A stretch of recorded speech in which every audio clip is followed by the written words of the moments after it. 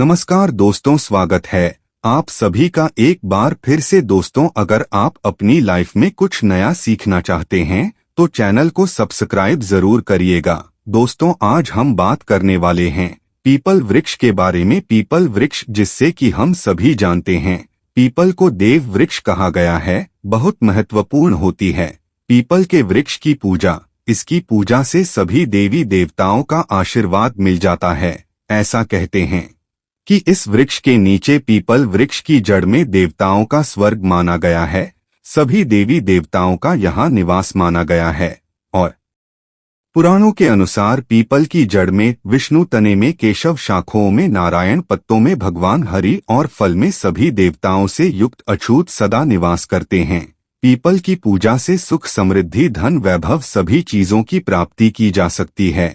मन में जो भी मनोकामना हो, अगर पीपल के वृक्ष की पूजा उसे मनोकामना को मन में धारण करते हुए की जाए तो वह मनोकामना पूर्ण हो जाती है। कई ऐसे प्रश्न मन में उठते हैं, जैसे कि पीपल में जल देते समय सूर्योदय से पहले देना चाहिए या सूर्योदय के बाद देना चाहिए। पीपल में जो हम दीपदान करते हैं, सूर्यास्त से पहले करें या सूर्यास्त के बाद करें, सुबह शाम दोनों समय दीपक जला सकते हैं। क्या परिक्रमा करना जरूरी है, और अगर जरूरी है तो कितनी परिक्रमा करनी चाहिए? क्या शनिवार को ही सिर्फ हम पीपल में जल दे सकते हैं? क्या किसी और दिन जल नहीं देना चाहिए? तो इन सभी प्रश्नों पर आज की वीडियो आधारित है, तो वीडियो को पूरा देखें। और आगे बढ़ने से पहले आपसे रिक्वेस्ट करते हैं कि वीडियो को लाइक जरूर करिएगा, दोस्तों को शेयर कर दीजिएगा, और अगर आपने अभी तक चैनल को सब्सक्राइब नहीं किया है तो चैनल को सब्सक्राइब करके बेल आइकन जरूर दबाइएगा। बात करते हैं पीपल की पूजा से। सबसे पहले तो लाभ क्या है? दोस्तों, पीपल एक ऐसा पौधा है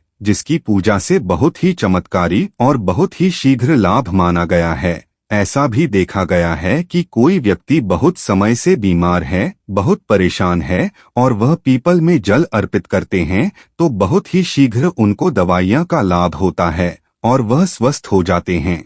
आप आर्थिक रूप से परेशान है, शारीरिक रूप से परेशान है, मानसिक रूप से आप बहुत अधिक परेशान है, तनाव में रहते हैं, चिंता में रहते हैं, कर्ज में डूबे हो, किसी भी प्रकार की आपकी परेशानी हो, अगर आप पीपल की पूजा करते हैं, पीपल में जल देते हैं, दीपदान करते हैं, परिक्रमा करते हैं, तो आपके जीवन की समस्याएं बहुत ही शीघ्र दूर होती है। पीपल की पूजा के बहुत चमत्कारी लाभ हमारे शास्त्रों में भी बताए गए हैं, और जो लोग पीपल की पूजा करते हैं उनके अनुभव बहुत ही चमत्कारी है, बहुत ही प्रसन्न होते हैं। जो लोग नियमित पीपल की पूजा करते हैं, क्योंकि इससे लाभ बहुत शीघ्र मिलता है। मतलब अगर आप किसी भी प्रकार की ऐसी परेशानी से ग्रस्त है जिसका निवारण आपको नहीं मिल रहा है, जिसका कारण भी आपको समझ में नहीं आ रहा है, आप अपने घर के आसपास कोई भी पीपल का वृक्ष देख लीजिए, हर शनिवार को वहां जल देने जाइए और शाम के समय दीपदान कीजिए। शीघ्र आप अपनी चिंता से, अपनी परेशानी से मुक्ति पाए जाते हैं। कारण क्या होता है कि हमारे शास्त्रों में ऐसा माना जाता है कि पीपल के वृक्ष पर कई देवी देवताओं का वास है। 33 कोटि देवी देवता इस वृक्ष पर वास करते हैं। श्री हरि, विष्णु, भगवान शिव और ब्रह्मा जी इस वृक्ष पर वास करते हैं। समय पर माँ लक्ष्मी यहाँ पर निवास करती है, और इस तरह से 35 कोटि देवी देवताओं का आशीर्वाद हमें मिलता है। भगवान श्री हरि का आशीर्वाद हमें मिलता है, और हमारे पितृ भी इस वृक्ष पर ही वास करते हैं। पीपल के वृक्ष में पितरों का वास माना गया है। तो जब हमें इन सबका आशीर्वाद मिलता है, हम जब पूजा करते हैं, जल देते हैं और वहां प्रार्थना करते हैं, उनके कृपा मांगते हैं, तो बहुत ही शीघ्र हमारे मन की हर कामना पूर्ण हो जाती है। और किसी भी परेशानी से हम ग्रस्त हो, वह हमारी परेशानी बहुत ही शीघ्र दूर हो जाती है। इसलिए पीपल की पूजा बहुत ही चमत्कारी लाभ देने वाली होती है। तो अगर आप किसी भी वजह से परेशान हैं, एक बार पीपल की पूजा करके देखिए, बहुत ही शीघ्र आपको लाभ होगा। कितने शनिवार आपको पीपल की पूजा करने से लाभ होगा, देखिए। वैसे कम से कम 7 शनिवार पीपल की पूजा करनी चाहिए, लेकिन आप अगर लगातार 11 या 21 शनिवार करते हैं या इससे अधिक करें, जैसे अगर आप शुरू कर रहे हैं, आप 7:30 में है या फिर आपके ऊपर ढैया चल रही है, तो आपको निरंतर ही हर शनिवार को पीपल में जल देना चाहिए। जब तक ढैया है कम से कम आप तब तक जल दीजिए, क्योंकि जो ढैया या 7:30 की परेशानी होती है यह बहुत ज्यादा परेशान करने वाली होती है। मानसिक तो अगर आप पीपल में जल देते रहेंगे तो आप इन परेशानियों से मतलब शनि जनित जो परेशानियां हैं उसे आप बहुत अधिक राहत पा जाएंगे। तो कीजिए, आप कम से कम 7 शनिवार तो जरूर करना चाहिए। बात करते हैं इस प्रश्न के ऊपर कि पीपल में जल क्या सिर्फ शनिवार को ही दे सकते हैं। देखिए, वैसे तो रविवार को छोड़कर आप किसी भी दिन पीपल में जल दिन यह अच्छा ही होगा, शुभ ही होगा, लेकिन सिर्फ अगर आप शनिवार को ही जल देते हैं तो इससे भी आपकी समस्त प्रकार की परेशानियां दूर हो जाती है। शनिवार एक विशेष दिन है और स्वयं शनिदेव कहते हैं कि जो भी व्यक्ति शनिवार के दिन पीपल में जल अर्पित करेगा उसको किसी भी प्रकार की अगर शनि से रिलेटेड परेशानी है उन सभी परेशानियों से मैं मुक्त कर दूंगा। और शनि से रिलेटेड अगर कोई भी परेशानी आपको है तो जो भी शनि देव की पीड़ा से जूझ रहे हैं उन्हें पता है, अगर शनि देव आपके ऊपर किसी भी प्रकार से प्रभाव डालते हैं तो आपके जीवन में आर्थिक, शारीरिक, मानसिक तमाम तरह की परेशानियां मतलब सभी परेशानियां आपके जीवन में होती है। अगर शनि देव खराब फल देते हैं तो सिर्फ आप शनिवार के दिन जल दीजिए। इससे आपको पितरों की भी कृपा मिलेगी और शनिवार के दिन मां लक्ष्मी का वास माना गया है। पीपल के वृक्ष में तो मां लक्ष्मी की कृपा मिल जाती है। श्री हरि विष्णु सहित मां लक्ष्मी का अगर आप वास चाहते हैं, स्थिर लक्ष्मी का वास चाहते हैं, तो पीपल की पूजा आपको शनिवार के दिन विशेष रूप से करनी चाहिए। वैसे आप चाहे तो सोमवार के दिन भी जल दे सकते हैं, मंगलवार के दिन भी जल देना लाभदायक होता है, लेकिन शनिवार को अगर सिर्फ एक ही दिन आप जल देते हैं तो इससे आपकी समस्त कामनाएं पूर्ण हो जाती है और समस्त प्रकार की परेशानियों से आपको मुक्ति मिल जाती है। अगला प्रश्न है, पीपल में जल सूर्योदय के बाद दें या सूर्योदय से पहले?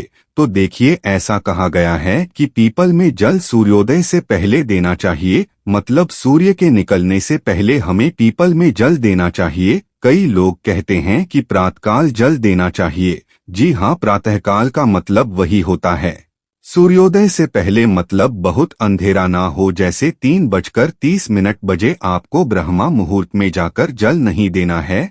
सुबह सूर्य निकलने से पहले आप पीपल के वृक्ष में जल दिन तो बहुत ही शुभ फल की आपको प्राप्ति होगी। शनिवार के दिन जब आप जल देते हैं उसके बाद आपको चाहिए कि आप पीपल को स्पर्श करें।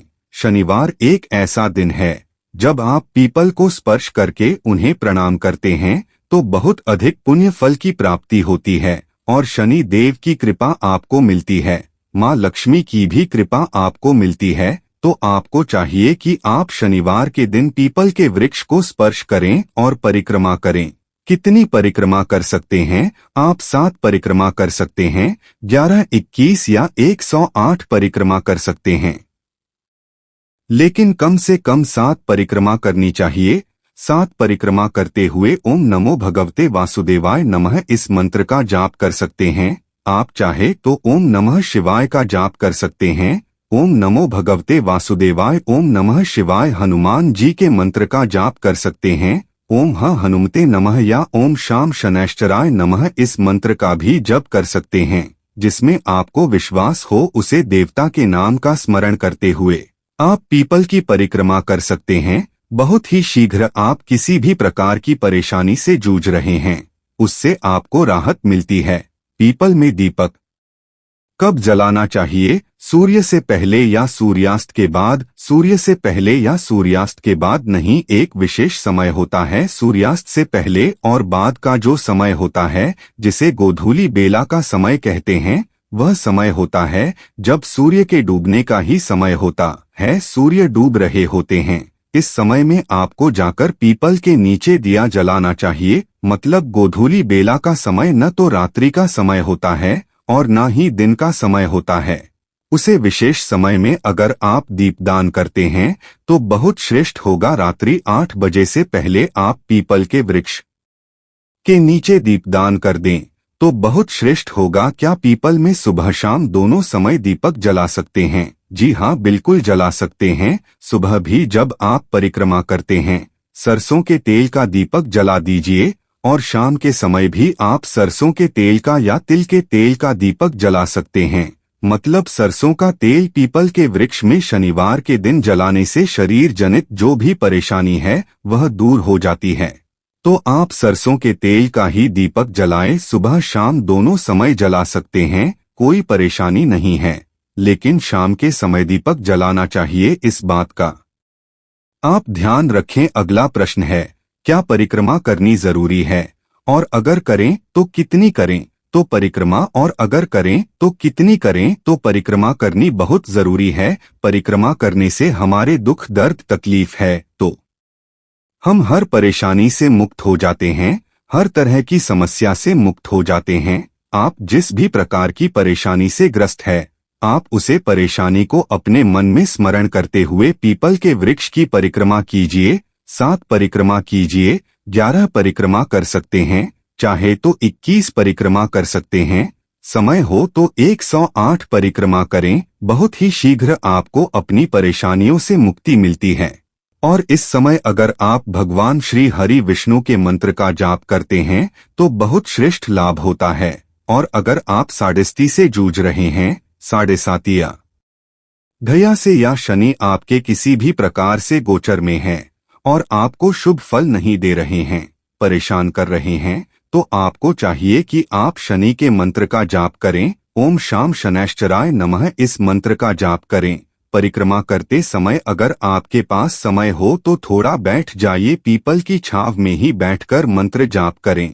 चाहे आप हनुमान चालीसा का पाठ कर ले या फिर शनिदेव के मंत्र का जाप कर लें, हनुमान जी के मंत्र का जाप कर ले या भगवान श्री हरि विष्णु के मंत्र ओम नमो भगवते वासुदेवाय नमः इस मंत्र का जाप करें। ओम नमः शिवाय का जाप करें। कुछ समय पीपल के वृक्ष में बैठकर ध्यान करने से, साधना करने से, मंत्र जाप करने से हमारे जीवन की समस्त प्रकार की समस्याएं दूर होती है, मानसिक शांति मिलती है।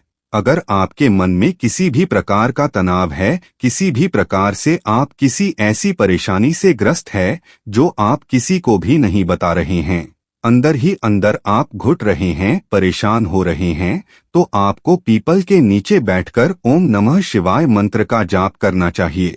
अधिक से अधिक संख्या में जितना भी आपके पास समय हो, जल्द देने के बाद थोड़े समय पीपल की छांव में बैठकर ही आपको यह जाप करना है। आप देखेंगे बहुत ही शीघ्र 2 या 3 शनिवार में ही आपको राहत बहुत शीघ्र मिल जाती है, क्योंकि पीपल के नीचे जप करने से हमारे पितरों की कृपा हमें मिलती है और पीपल के नीचे साधना करने से सिद्धि की प्राप्ति होती है। तो बहुत ही शीघ्र आप सिद्धि चाहते हैं तो पीपल के नीचे ध्यान कीजिए, साधना कीजिए। भागवत गीता का पाठ अगर पीपल के नीचे किया जाए तो जन्मों जन्मों के पाप नष्ट हो जाते हैं।